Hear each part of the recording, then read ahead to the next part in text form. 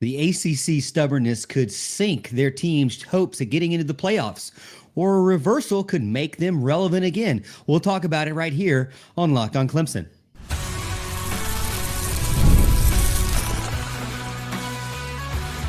You are Locked on Clemson, your daily podcast on the Clemson Tigers. Part of the Locked on Podcast Network, your team every day. What's up, Tiger fans? Morgan Thomas here, proud Clemson grad, lifelong Tiger fanatic, host and producer of Locked on Clemson, part-time host and producer over on 105.5 FM The Roar. Thank you so much for making Locked on Clemson your first listen every day. We're part of Locked on Podcast Network, your team every day. And if you're new to the show, smash that like and subscribe button so you never miss an episode. We're dropping an exclusive Clemson content for you Monday through Friday, every single week. And don't forget to follow me in between episodes over on X at The Morgan T Show, where we're chopping it up about Dabo, the Tigers, and all things Clemson 24/7 over there as well. Today's episode is brought to you by Monarch Money. Take control of your finances with Monarch Money. Use code LOCKEDONCollege at monarchmoney.com for 50% off your first year. Coming up on today's show, we're going to talk about why the ACC should possibly push for a 14-team playoff to get Clemson in, and also other teams to be able to help the conference stay elite. Got some thoughts on DJ Uiagalelei. Yeah, that's right. Clemson's former quarterback, DJ U, finally made it to the NFL, maybe not the way he wanted. And also some other guys like Julian and Fleming, who were big-time recruits that had a big-time interest in Clemson and Clemson in them, and seemed to not work out so well into the NFL draft when it all was said and done. And then finally, there's still some question marks about the NCAA's roster limit and how that is going to help or hurt the league. But also, I have some thoughts on how it's going to impact high schoolers as well. So you want to stick around for that. First episode or first segment for today, I wanted to jump into that 14-team playoff part. I was reading some articles over on Yahoo where they were talking about, there's a 12-team playoff right now. And what we're seeing is that the SEC is going, and the Big Ten is going to kind of play big dog in this kind of scenario. I don't know any a better way to say it, but they're going to push around their weight, and they're going to say, hey, our conferences, because of the revenue generation we've got, because of the matchups we have, they don't want to talk about the bad teams that they have, but they want to talk about the best teams they have and the fan base that they have, which they do. Those teams deserve more opportunities in the playoffs. And one of my very first episodes here on Locked on Clemson, we talked about how they were going to slowly push for more representation in the playoffs, where, right now it's a little bit of a mixed bag. They do get some automatic qualifiers there, which they will, and they'll continue to do that. But they're talking about having, even in the 12-team situation, 4 for the SEC, 4 for the Big Ten, and then just, the other 4 being from the ACC, the Big 12, Notre Dame almost every time, and then 1 at-large bid, So you're talking about you have to win the conference as a Clemson Tiger fan, as a Clemson Tiger team. You have to win the conference. And any ACC team would have to win the conference, and then maybe hope to be like, if they didn't win, the runner-up that was the best team after that, which would be difficult to do. But they're talking about how they want 4 for each. And then also in the championship week, or instead of doing a true championship week, they're just going to do an 8-team playoff of their own.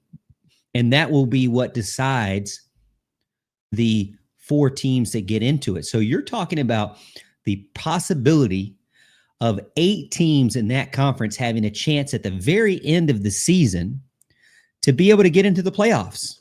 And that's what they want. I mean, man, wouldn't you love to be, say, Missouri or South Carolina and be the 8th best team and win 1 game at the end of the season to get into the playoffs and to be a part of that revenue generation there, and be a part of, being able to say you did it Now, you wouldn't be able to say that you did it similar to what Clemson did, where you had to fight for 2 or 4 teams that were out there. You had to be one of the 4 best, which I didn't think that was a bad setup that we had. But it's not going to be good for Clemson to stay in this scenario with a 12-team format and be vulnerable to the SEC and the Big Ten's dominance and threaten the access and the financial access to the postseason. You know, it's all about money right now. And while Clemson has kind of won a little bit initially with the ACC being able to get more revenue than the other teams that are out there, it is a concern about being able to get into the playoffs, because right now we know that the SEC and the Big Ten are going to push for that. Now, Clemson and SMU, they did get at-large bids in 2024 last season for a 12-team playoff. And I felt like, you know, a lot of people may say Clemson kind of snuck in. Well, the right teams ahead of them lost, you know. So the SMU, Clemson got an automatic bid and SMU got an at-large. I think if you're having a big conference that spans, you know, 15 whatever teams across a large portion of the Atlantic coast and now into California and Texas, I think that you need to be able to be represented in the playoffs more than just one team, especially if the other conferences, you know, are getting potentially 8 opportunities, which to get for four slots, and they're going to definitely get 4. So you can say for sure 4 slots, but the teams themselves, you know, can fight and not even have to be one of the best teams in the conference. To me, it seems bad. Now on Yahoo, they were talking about how one of the solutions for the ACC would be to go ahead and give up fighting for keeping it a 12-team playoff. And they should just flip the script and start pushing for a 14-team playoff, because then that would open up 2 more opportunities for at-large bids, you know, and you would be moving into having 2 guaranteed ACC bids, possibly. Who knows if they even actually do that if you gave them 14. That's really where I'm concerned about is, you know, you've already kind of hurt yourself, screwed yourself in a lot of ways with this contract that they have with the media rights, and hurt the conference as a whole with how they're doing it. They can't get out of it, so they're kind of stuck. And what we saw with Clemson and Florida State is, oh man, we had all this rally cry to get out of the conference, and I still feel that, and I still think that they probably should. But I think that the opportunity is going to be when they get a super league, if that ever happens. But I do feel like there will eventually be a super league, and Clemson will need to leave the ACC for that, or the ACC and the other conferences will need to merge together and make that super league. But I don't know if you continue to give the powers that be, the ones behind the, you know, the scenes, whispering in each other's ears, that have the SEC and Big Ten in their interest. And you know that falls in with Fox and that falls in with ESPN. Those two have already shown us that they don't care about much of anybody else other than success in the SEC and the Big Ten. So, you know, I think that if you give them 2 more opportunities, 2 more teams out of 12, adding 12 to 14, my biggest concern is they're not just going to give it to the runner-up of the ACC. That would be wishful thinking, in my opinion. You know, they would be moving on to adding more. I mean, why wouldn't the SEC and the Big Ten say, well, you know what, those extra 2 that you agreed to, they're going to go to us. So we're going to get 5 and 5. And you can still have your 1. It's stressful for Clemson because they can't make mistakes. You know, they can't lose more than, 1 game? 2? I mean, I say all this to say that, but at the end of the day, they lost more than 2 games last season and were able to get into the playoffs. But there were a lot of things that had to go the right way for them. If you continue to allow the SEC and the Big Ten to be the way they are, you've got to get into your championship game, win the championship game, and that's the only option you have, which just really puts more pressure on you. Playoff revenue is real. It's helping teams fund more and more of their facilities, improve more and more of their recruiting. And so you don't want to miss out on the playoff revenue that could come towards your team. And you don't want to be in a conference long-term that has a disadvantage from the get-go. If success is going to be possibility, Clemson has to get into a league or a conference where they have an equal opportunity to fight for the most amount of revenue, and not just have to be a play-in game to be one of the four instead of, just being the champion. They need to be able to have something that is comparable to their peers. Clemson is not going to sit around and fall behind. Their athletic department is a big-time revenue generator, up there with some of the best in the country. Little old Clemson in the middle of nowhere. They're not going to sit by. Clemson is too big for the ACC's shakiness and indecisiveness and their terrible deals and all these legal battles. Eventually, something's got to give. Now, we've made it through for the next couple of years, but I could see something happening before, 10 years from now, 2036, 11 years from now. I definitely see something happening. I think Dabo has mentioned 2030. Maybe that could be the case. But if you were asking me, should the ACC agree to adding more teams in the playoff, I would say not unless there's something in writing that says those two, any extra teams at all, don't just automatically go to the SEC or the Big Ten, because that they're going to be fighting for that for sure. All right, next I'm going to talk about DJ Uiagalelei. You thought I would never say that name again, but I just said it twice now on the podcast. And Julian Fleming, 2 5-star flops that were either interested in Clemson or were a part of Clemson. And we'll talk about kind of why that happened. Get the supplies you need from the site made for the skilled trades. Supply House. Whether you're in plumbing, HVAC, or electrical work, Supply House is the reliable way to order products online. Their easy-to-use website is packed with helpful resources and the latest product info to help you get the job done right. Plus, with a complete inventory of over 200,000 parts from 400-plus top brands, you'll find exactly what you need delivered fast from coast to coast. Need help with an order? Supply House offers expert support and industry-leading service, so you'll always talk to a real person. And for trade pros looking for an extra edge, their free Trade Master program offers exclusive perks like dedicated phone line, free shipping, and discounts on every order. Thousands of skilled professionals are already taking advantage of this. Now it's your turn. Join the Trade Master program today at supplyhouse.com/TM and start ordering plumbing, HVAC, and electrical supplies with just a few clicks. Plus, use promo code SH5 for 5% off your first order. That's supplyhouse.com.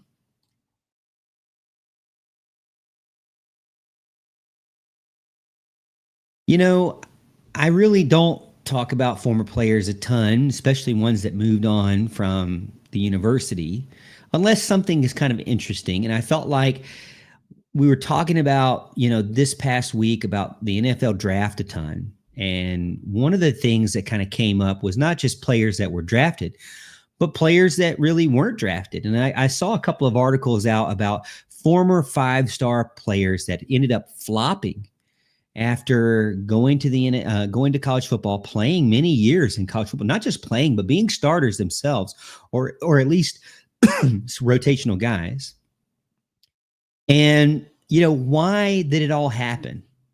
Well, 5-star failures really aren't uncommon because, it's not a perfect science, this recruiting stuff. And being able to pick a 5-star, I think a lot of it with a 5-star, one is heavily influenced by your measurables.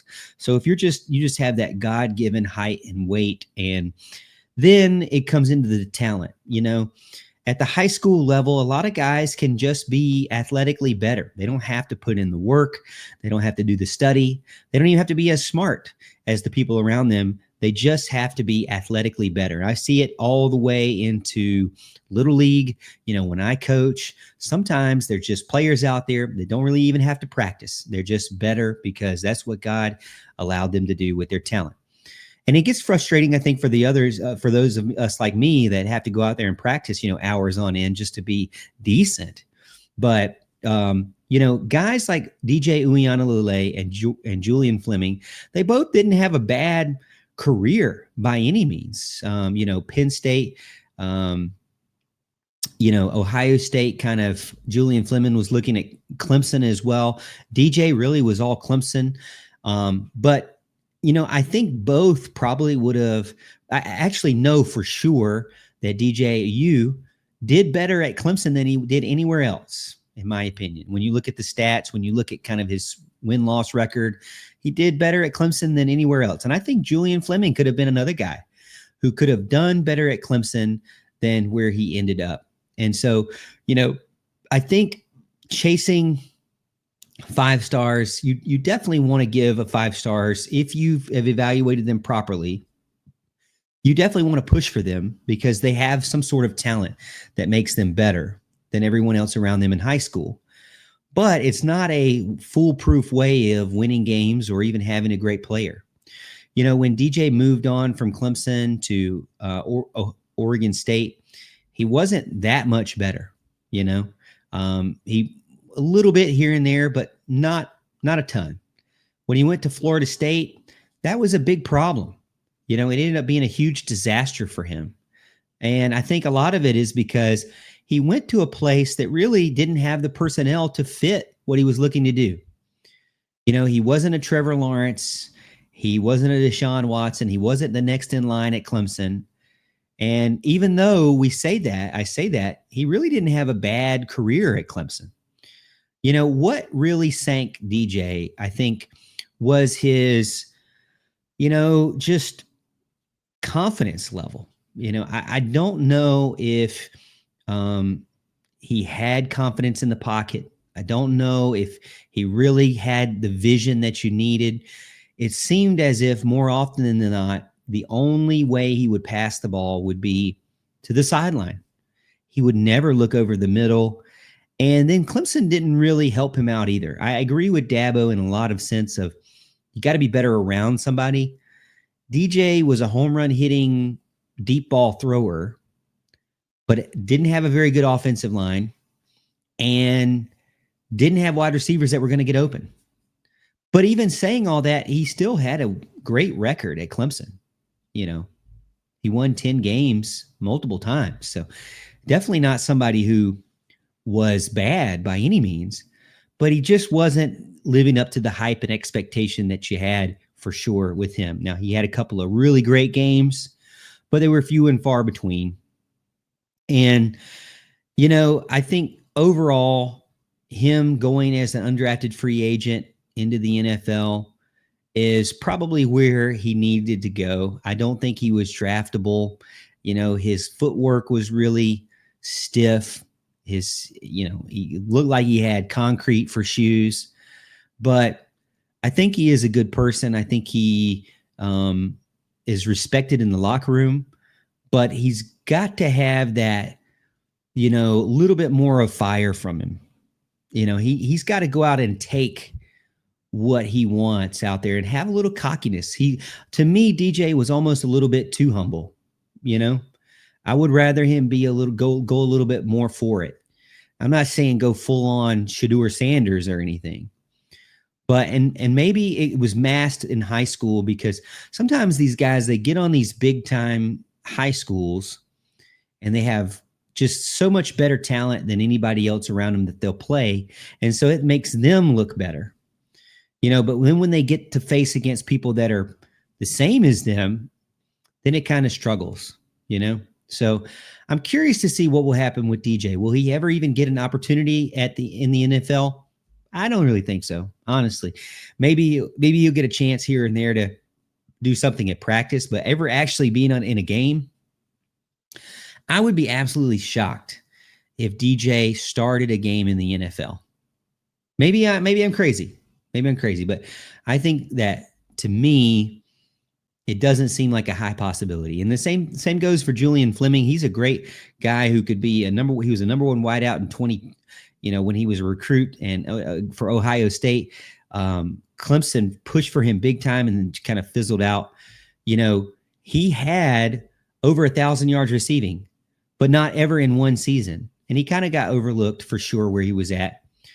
But it's kind of interesting how things worked out because Clemson didn't really do well with him in the recruiting trail, but they ended up getting guys like Antonio Williams, to come out there and really show up and show out. Another thing about players transferring too, I think about wide receivers a lot. And I think about these guys who move on to supposedly greener pastures and they don't really work out. Bo Collins ended up being a starter at Notre Dame, but he wasn't a game changer by any means. EJ Williams went on to Indiana and I think even did less, and Bo Collins ended up being an undrafted free agent himself. But these 5-star guys, these high 4-star guys, they really aren't proof that you're going to have success in college, that you're going to be draftable. And I do think that if they would have come to Clemson, they maybe would have had a better opportunity. But, it's one of those things. I just caution anybody from being too overly hyped about 5 stars, because what we see is that they don't always work out exactly the way we thought they would. All right, I'm going to finish out the show tonight to talk to you about roster limits and some of the concerns that I have that fans, I think, need to be aware of coming up soon. Ever check your bank account and wonder, where did all my money go? Between dining out, online shopping, and entertainment, it's easy to lose track. That's where Monarch Money comes in, your personal CFO, giving you full visibility and control over your finances. Monarch Money isn't just a budgeting app, it's a complete financial command center. You can track all of your accounts, investments, and spending in one place, so you stop just managing your money and start building wealth. I've told you this many times, but Monarch Money has helped me be able to see what my spending is, stop my outrageous, eating out, and budget smarter and save more. And then with my wife, we can have shared expenses, shared personal accounts, set our goals, and be on the same page. And I am a firm believer of, your finances will do much better if you work together. So whether you're married or have a partner or whatever it may be, Monarch Money can help you work together because it's really, you're a team, right? So take control of your money, take control of your finances with Monarch Money. Use code LOCKEDONCollege at monarchmoney.com for 50% off your first order. That's monarchmoney.com, code LOCKEDONCollege for half off your first year.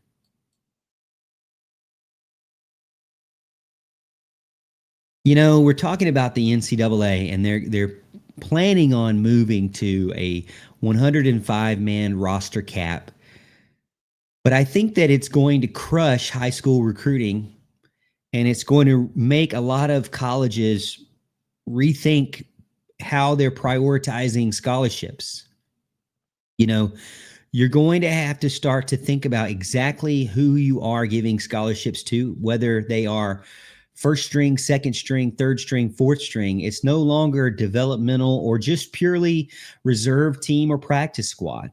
Now, because they're forced to be a part of the roster, they're forced to, be on scholarship, you're going to probably take those a little bit more seriously instead of what you used to do, which is you would get guys that were probably not going to be guys that were typically recruited at your level, but guys that were very, very committed to your university and to helping the team improve behind the scenes, whether or not you really were ever going to give them a shot. The walk-ons, the reserve team, the practice squad. I know this for a fact because I was one of those guys. I was a practice squad guy, not for football, but for soccer.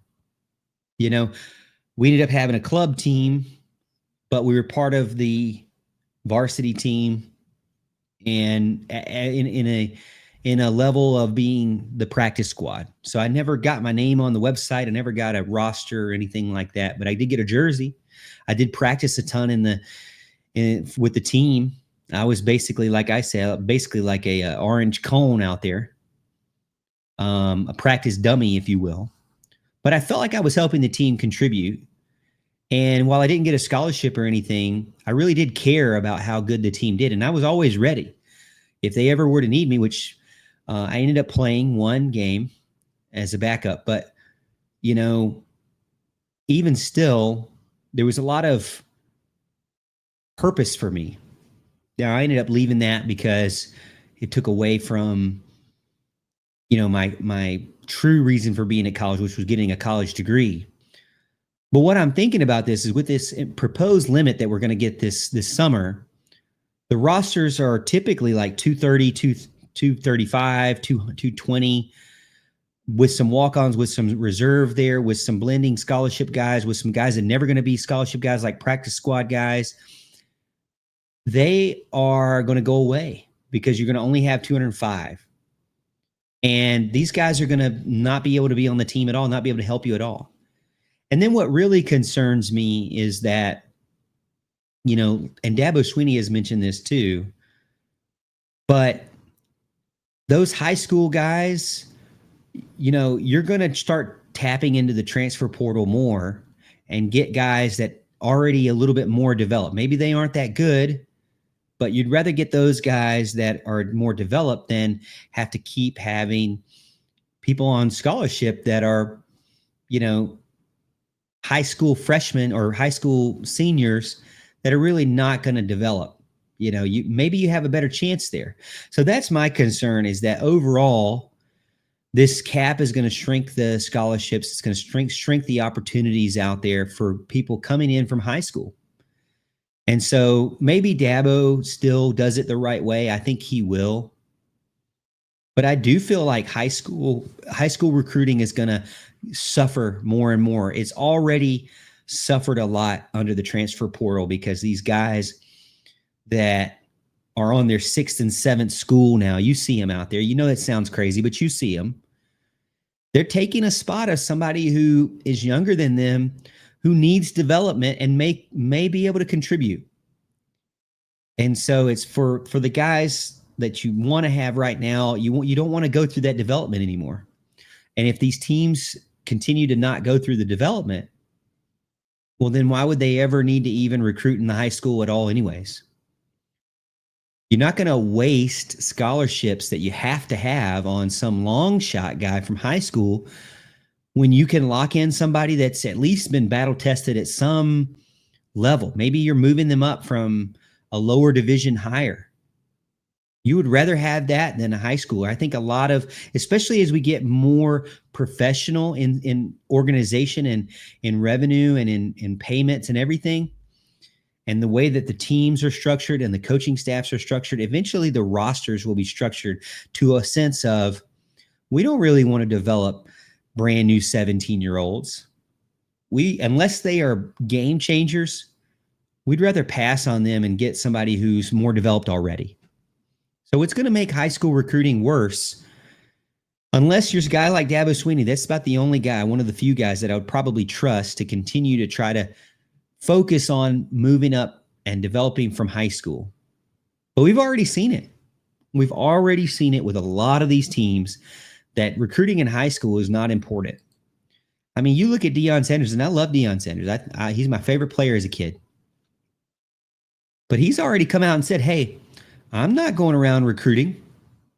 You know, you either want to be on my team or not. And if not, I'll go out and find players in transfer portal or whatever. You know, he's definitely doing the pro model. You got Bill Belichick. You think Bill Belichick is going in people's living rooms? Maybe he is, but I don't think so. I don't think he's going to, not to the extent that you're seeing, that you used to see. And so as we continue this route of college football, it's going to be more and more like professional, and be more and more like contractual agreements, and development is going to go away almost entirely.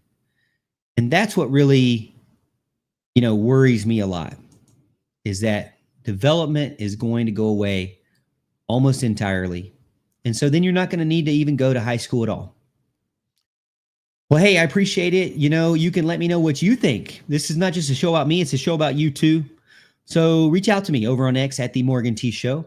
Or if you watched over on YouTube, you can always put in a comment. I'll try to get back to you. Thank you so much for making Locked On Clemson your first listen today. For your second listen, check out Locked On NFL Draft with Damon Parson and Keith Sanchez. The draft is over, but your favorite collegiate players are getting ready for the next level. They'll tell you all about the latest rumors and news every single day. So find Locked On NFL Draft on YouTube or wherever you listen to podcasts. And as always, Tiger fans, I'll see you tomorrow, and I'll see you at the top of the hill.